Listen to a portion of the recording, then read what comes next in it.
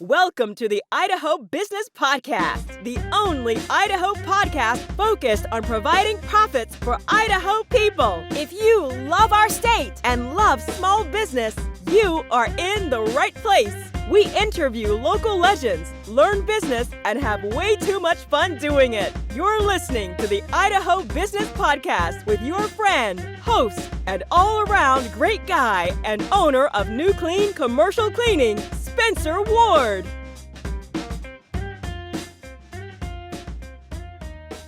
All right, everyone, welcome back to another episode. We are here. We're happy to be here with another great guest here, Cesar Hasselmann. But before we get into his awesome story and his ventures, we got to tell you, we are sponsored by Dell's Outdoor Advertising. These guys are phenomenal. They provide you great digital and traditional billboard solutions for you to get in front of your potential customers, provide that awareness so you can get in front of them and drive your message home with some clear and concise messaging.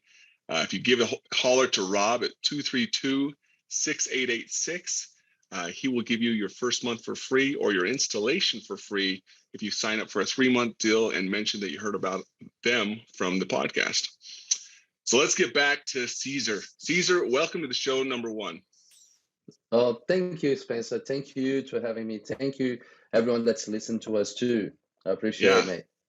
Well, let me introduce the audience to you. So Cesar, he was born and raised in Brazil. This guy has had a vast amount of experience in the business world. He started his first business with one of his friends as a DJ, and then blew that thing up when he was still in his teenage years. Had multiple DJ booths and enterprises going at that time. So he went from being a DJ to a TV star, an actor, did some theater, owning a company with 124 employees with a revenue of $25 million a year, to now, and now also an author.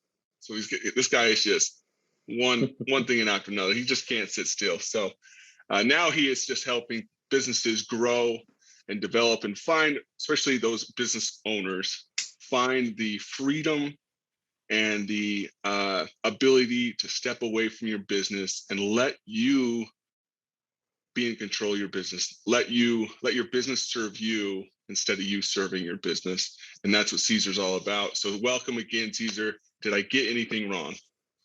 No, actually, Spencer, thank you very much. That's exactly what I do. I believe this rat race that some business owner create a business to have a job needs to be finished. I believe if you take the risk, you're supposed to take the prize too. So, and that's the reason why I wrote the book, The Life Breakthrough, to allow you to understand a little bit more. How can you make your business work for you? Because that's the reason why we have business as a business owner, entrepreneur, right? Mm-hmm. Yeah, exactly. That understanding the cycle of a business, understand how it works, understand that the history that's happened to you happened to somebody else, or is a consistent cycle that you cannot get away from. Once you realize that, you're going to start to put things in place and change mindset to be able to take a bigger risk maybe and get out of that routine that you're not happy with. Sometimes we feel as business owners that we're on this lonely island and no one is experiencing the same things we're experiencing. No one is experiencing maybe the debt load that we're taking on, or no one experiences the failure that we just experienced. Can you talk about that a little bit, the island effect? Yes, of course. It is who that good entrepreneurs or good business owners, they do gonna think in some stage that I cannot share with my partner, my wife, my husband, or somebody else that I love what's going on, because I know that I'm gonna put them in a place that they're gonna be afraid that what's coming, or they're not gonna have knowledge enough to give me the answers that I need, and they're gonna bring the emotions to the table, which gonna make my life kind of crazy, right? So manage that thing sometimes put you in different places, and sometimes make you make decisions in your business with a lot of fear, or at least with not as much confidence as you should. So if you take that weight out of you and understand the cycle of your business, of your life, and understand that's part of the game, and if you cannot find a help, external help, to help you to get through or challenge yourself to be in the best shape every day, then you need to do a lot of self-development to open up your brain and understand the brain who brought you here will be not the same one who's going to take you there, like Einstein has spoken before, right? Yeah, exactly. That's key right there. And that's a daily thing you have to tell yourself too. It's sometimes you really have to fight against yourself. Like, all right, the same person that went to bed last night is not the same person that's waking up this morning. You know. That's it. Challenge yourself. I believe it, you need to have a mirror, and then you need to look at it, and then you say, hey, what I'm doing today, that's the same thing that I was doing yesterday, and how can I do better? If you just have that behavior attitude every day, you're already in a good place, and maybe you don't need anyone to help you. But then sometimes you're very good in what you do and what you have created, but you're not good in a lot of other things that's surrounding you. So take responsibility on that and allow people that's better than you, even if you don't like them, to do the things and take responsibility. Stop micromanaging, because that's what makes any business die, and that's what makes you not have time for yourself and your family. So you're saying I've got this CRM that I've paid for, and it's just sitting there for over a month now that I have not set up. And I don't want to do it personally. And I know I should just have someone else do it, but I haven't assigned it out. So you're telling me I need to just make someone else do that for me, huh? Yeah, that's part of the whole process, right? So Yep. if your CRM is set up properly and you have the history of your clients, or you have things that you can use in your CRM to make more money or to make your process better, or create a better brand. So yeah, so you already have done that. You brought the CRM. So take the ones that knows how to make that happen, to make that happen, and take out of your control. Not supposed to be yours. I like it. Yeah, I think too many of us, we try to take everything at all once. We're like, no, I'm going to do that. I'm going to do this. I'm going to do that. When we should, delegate and say, I know I could do all of this, but do I have time? And is that worth all my effort? Because I could be doing more of these things. It's going to bring more business and profit into my business. And you find a way to kill your future you. So if you're doing things that is not the things that you're passionate in your business because you need it, do it until you arrive in a place that you can pay somebody else to do it, and focus in what you're good at. Because if you keep doing those thousands of things around you, what's happening is one day you're going to wake up and you don't want to have your business anymore, because what makes you passionate for what you do is not giving you as much out of that to be able to cover all the other things that are dragging you down. I like that a lot. Yeah. I'm sure there's many of us that feel that way, that sometimes we just don't want to wake up and go and face the business, because we're stretching ourselves too thin. I think that's And then, huge. Spencer, imagine all those things happening, and then suddenly you have money pressure. So you're already in the place that you're not as happy as you used to be. You're already doing so many different things that you really don't like much to do it. And now you have a money pressure, and you have family or people that you need to support that counting on you, plus your employees, which is supposed to be part of your family too. Or at least treat as your clients, right? Because they are the guys who deliver your goods. So we have two clients. We have the clients that's the internal ones, and we have the external ones. But both of them bring us income, right? Yep. So people sometimes don't understand that. So and the other thing that's a problem in business for us as a small business owners, or you could be big enough as a business owner, but you're not an international kind of open to the market business. One thing that usually we do by mistake is the people who annoy you on a daily basis trying to take responsibility on board or try to take more part of what they're supposed to do because they want to grow, annoys you, and you stop to like them, and as soon as they open a window, you just fire them, right? But that person is the hungry one who's supposed to you're supposed to support. But because they show you a side that you don't like about yourself or your limitations, you put them Hmm. aside. And then you have those people that they're very nice. They're nice to chat. They don't do 100% good job, but you keep those doing the political exchange in your business because you like them more than the others.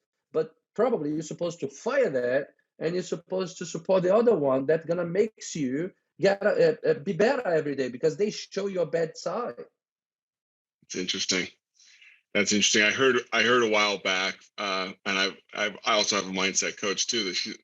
When we talk about employees, and especially with the ones that are nice and you think are good, and you enjoy being around them, but they're not doing their job exactly the way they should be doing it. And she said to me, if you knew, taking everything you know about this person now, if you had to interview them and go to hire them again, would you hire that person again? And if you can't honestly say yes, then why do you have them on your staff still? And I thought that was Eh, really interesting. That's very good. That's very good analogy in question, Spencer. And then if you can add to that is if you keep that person in your job today, what's the type of culture you have created in your business? Yeah. Because that's the main thing. Because if you look at people like you just did, and you know they're not 100% a person that you're gonna bring on board onto their business, so you need to think about your culture, your today's culture, because Yep. then you say the only thing that gets you through any major pandemic, any major financial crisis is the culture of your business, and people don't take that properly. The only time that a business owner can get away of the business when the culture is stronger than him, Yeah. and It's true. they usually try to be the strongest one on the table, which is not the best thing to do as a leader. As a leader, if you have 5 stronger people underneath you and they dictate what you do and you make the final decision, you are in the place that you have life-work balance. I love it. I love it. And isn't it interesting too, when you finally do get rid of an employee that's just not a culture fit, all the other employees come up and say, what took you so long? They didn't open their mouths until that happened, but they definitely knew that person was not a fit. And I thought that, I Oh, always find that's interesting.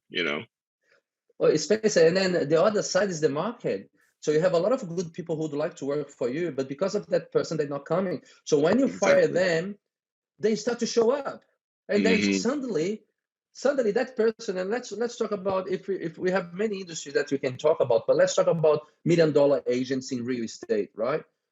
Because you do have a lot of Yeah. those things there, cocky like us. They believe they know everything. They don't for the culture. I'm sorry about the English, but as soon that you fire them, you start to have all the high top average guys wanting to working for you. But not just that, you open space for people that the $1 million was making them shrink, that now Hmm. are hungry to go for that direction. So It's interesting. your whole team come one stand, two, three up, and some of them gonna try to chase the leader. Wow. So if you prepare Very interesting. properly, yeah, if you prepare properly, you will gonna have a much better result. But you need to prepare the company, because sometimes the $1 million can be part of 30-40% of your revenue or bigger in the Yeah. sales side or higher. So you need to do a lot of things before you make that call. But I have done that with people that was biggest agent in the whole town, and one of the top 3 nationally. And our company just grow much more. When I say our, is my client's company, right? But we Yeah. just became number 1 in town, far away from the second one. The Idaho Business Podcast is sponsored by New Clean Commercial Cleaning. This is my company, guys. I'm telling you, I'm not just because I'm the owner, the creator of it, but we are a great company for servicing your janitorial needs, your carpet cleaning needs, your stripping wax needs, all your floor maintenance needs. We are there for you. And everything is backed up by the "we're not perfect" guarantee. And if it's pretty much, if you call and we don't get a hold of you, you don't get a hold of us, we will call you back within an hour and fix the problem within 24 hours, or the cleaning's on us. So that is our promise to you. And if you call or go into the Idaho Business Podcast website, click on the New Clean logo and book a janitorial solution huddle with us, and mention that you heard about us on the podcast, you'll get two free restroom floor cleanings for your office for free. Tile and grout in your restrooms will be sparkling clean. And that's the offer. Tell you, take us up on it. You won't regret it. There's no strings attached. So go see them today. Congratulations on spending a couple of minutes getting a little bit smarter, having some fun, and supporting the Idaho business community. If you're feeling the love, make sure to subscribe, rate, and review on iTunes, Stitcher, or wherever you are.